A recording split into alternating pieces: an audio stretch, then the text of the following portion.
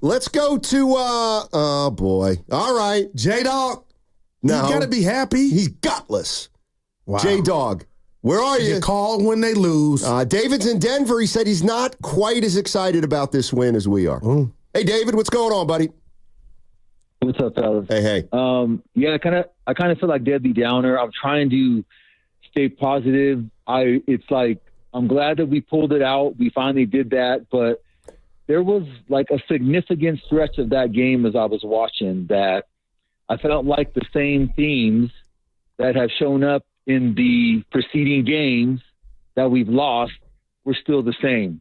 Whether it was some of the play calling stuff, whether it was Brock kind of scrambling around holding it. And then just kind of, I don't know if you guys saw this all, but I felt like I remember watching a good stretch of that game. The second half started, Seahawks started to come back. Like every play, they just had energy. The crowd was getting louder, and I felt like we just had none of it. Now, obviously, we ended up on the right side. I get that, but I'm like, the ball bounced our way differently this game. And so that can get us past the Seahawks. It can get us past the Patriots. It can get us past the Jets. You guys know those aren't upper echelon teams. Those aren't even playoff echelon teams, some would say. So what does it all say when at the end of the day, for me, I'm thinking, how does this bode for the rest of the season? I still feel themes that are concerning to me. And again, I'm glad they pulled it out, but I'm just like, I don't know, man. Like if you guys tell me something different. Well, let me ask you this. I'm still concerned. Let me try to ask you this. I got to believe you've come into the season with a Super Bowl or bust mentality. I have. I definitely have. Absolutely. Is there any way you can go into this? That's a good point. That's a good point, Steiny, because I was thinking during the game, I'm like, have we just been spoiled over last season? How proficient and efficient we were throughout the season before. I'm sitting here thinking, has that kind of spoiled me now? So now when I see some fall off in a certain area, it's like, dang, this ain't the same team that I've been seeing. So maybe that is a part of it. And then the other thing I was going to throw to you guys is, in my mind, I was trying to rationalize, say, okay, everyone's saying we got all these injuries. We know about the big guys, CMC, Hargrave, Greenlaw. And so am I just overreacting in the sense that if we had all those guys out there, we would be back to point A and back to normal? Well, that's one way to look at it. That's one way to look at it. And I'll tell you this, because nobody knows. Well, we know Hargrave is not coming back. But just think, partner, how you'd be feeling had they not won that game. And it's very valid that you saw some things that you didn't like, but they overcame them. Unlike the last 2 weeks, they overcame them, and they got the dub. So we don't know what's going to happen next week when they play Kansas City. But what we do know is they'll have a win under their belt as opposed to 2 stinking losses going into that game. Yeah, I feel like, they've been to 4 NFC championships in 5 years. 2 Super Bowls. They've had some rough starts before, and maybe they're not going to attack the playoffs with a 14-3 record and the number 1 seed. You just got to go out and keep winning games. You get one against Kansas City, and I got to believe that everybody's going to be sky high after that one. You got to beat Mahomes, right? Yeah, it's a start. It beats the alternative of being 2-4. And let's put the right on the table on the Payday Friday, Steiny. Imagine had they lost this game, it would be Armageddon. And just forget the station. What about the Niner players? Morale would be in the dumper. You know what I mean? They pulled this one out. And that's why I'm like, it's the battle of attrition. And they had guys go out. Mason went out. Mustafa didn't finish the game, Steiny. So it's just a battle of attrition. So they won that one last night. Guys stepped up. Rookies did too. Here's Kyle Shanahan on how many guys they were down. And with Debo also, towards the end, on that last possession, Taylor, he got hurt. So I was afraid that we were down to our last one with Isaac, especially when he got that long run. It was smart of him, giving that touchdown to Juice. But I did get worried right then. Before that, though, we had enough guys, especially with Debo being able to help out and do all that stuff, too. So we were all right. Yeah, we had enough guys. We were all right. Yeah.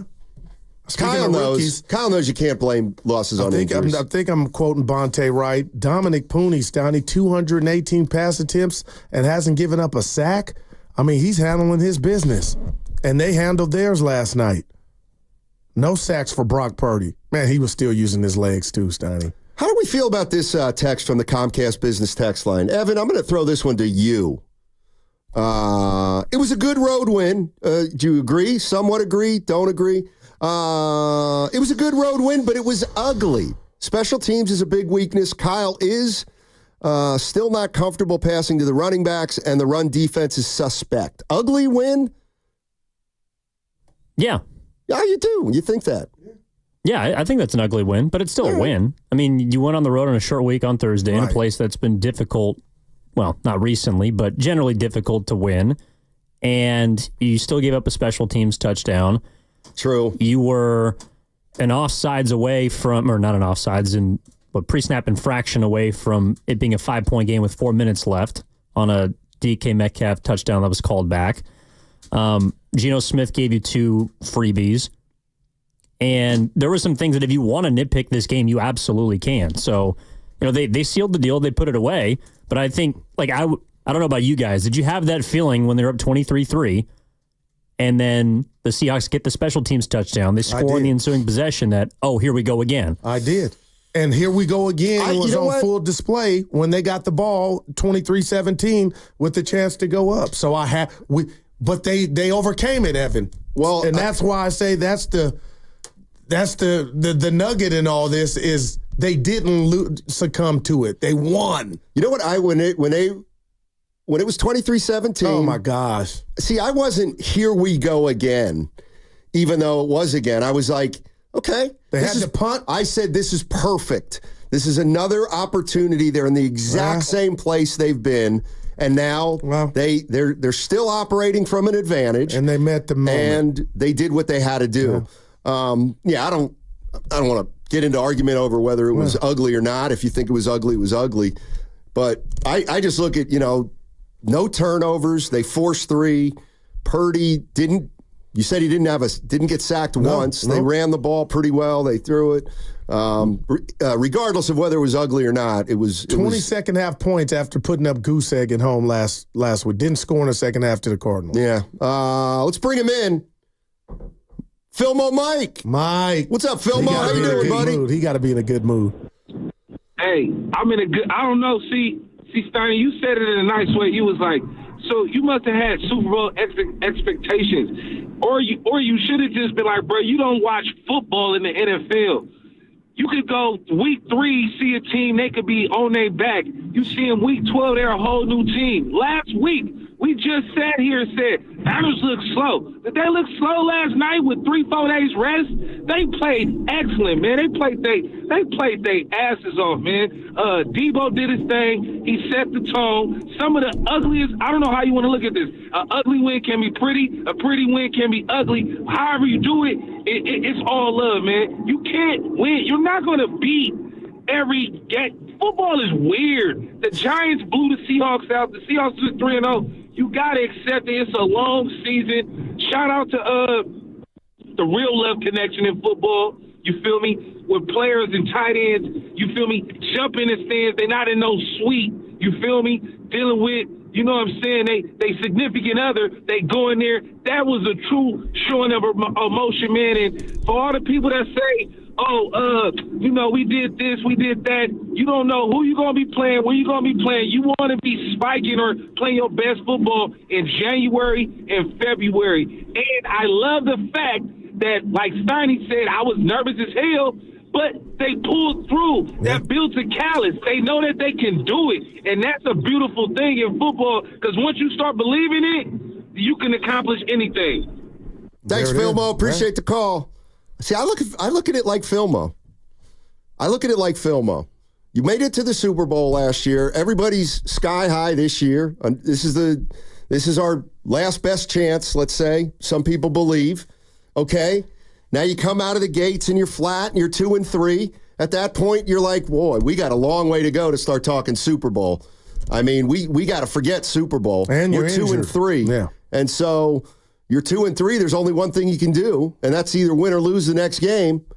And they win it. So now they're 3-3. And they're in first place in the West, the division. And you play Kansas City. And if you beat Kansas City, then you can start rebuilding the confidence that this team can make a run. But And that's still there even if you lose to Kansas City. But Kansas City and we'll get to it next week, Steiny, but it just, like you've never beat them. So you want to beat them. But I'm with Mike, and I'm with Evan, too. Yeah, was that Picasso? No. But at the end of the day, you're past that. That was urgency. That was survival mode. And you got contributions from the rookies, the OGs, and the coaching staff. So there it is there. You're 3-3, just like you said after 6. 415, good point from the Comcast Business text line. The Chiefs win ugly, too. Chiefs have won some ugly games this year. It's a good point. Mahomes hasn't been great. 6 touchdowns, 6 interceptions, but they're 5-0. And they also have 3 Super Bowls.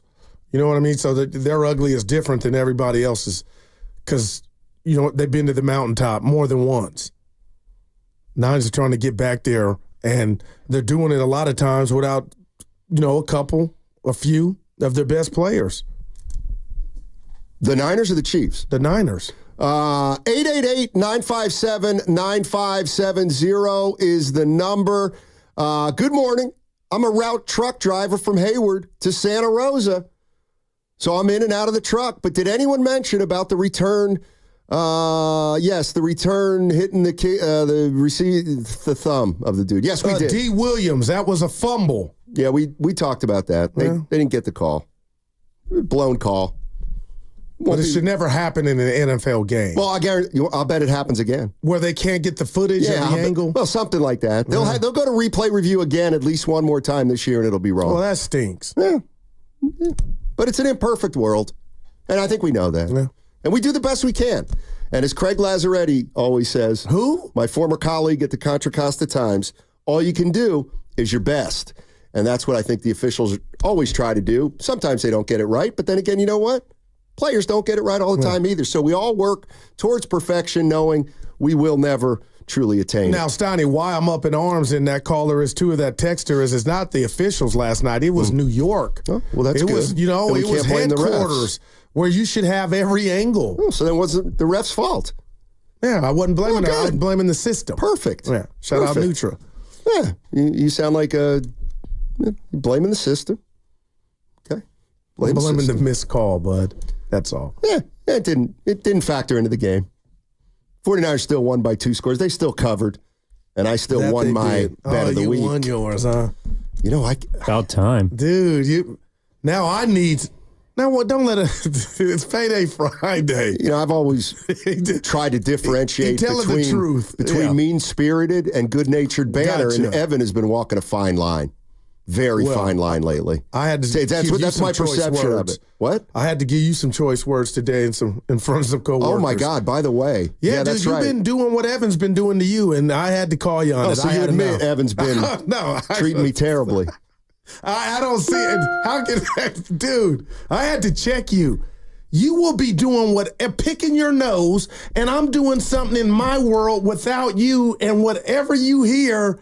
You got to react to. Goo, I heard you from 4 blocks away last night when I was walking to the veranda. I heard Goo say, "Hey, how you doing?" And I wasn't even a quarter mile till the site yet. Tell him you're telling a tall tale with that story. Boy, man. I did think I heard. I was like, it's a very big, sprawling expanse at the veranda, Evan. And it's huge. And at one point, I was like, I cannot find this place.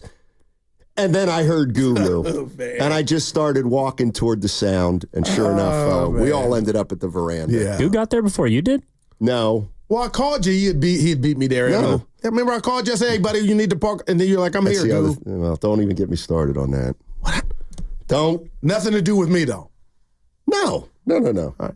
No, I was there early. I think we want to hear it, though. Let's stop by the Yard House. Oh, yeah. Yard House. Definitely wasn't on my bingo card. They have about 198 beers on tap. I just wish I liked beer. Yeah. It's not a flaw that you don't. Yeah. Just you don't like beer. Still time. It's true.